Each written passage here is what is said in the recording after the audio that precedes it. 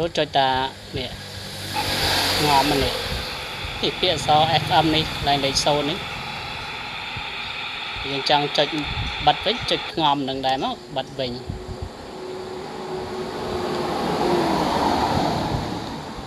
នេះគុំណែចុចនិយាយចាកដាលនេះ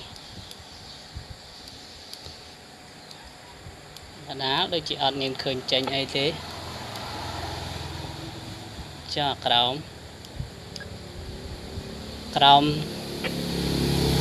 លោកធារកាសស្រុកយើងអត់ប្រើទេទាំងចុចវិញ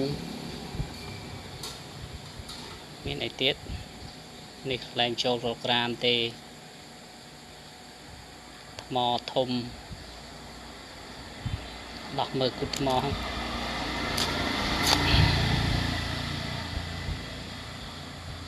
ឡាបែលពីក្រោយនេះដាក់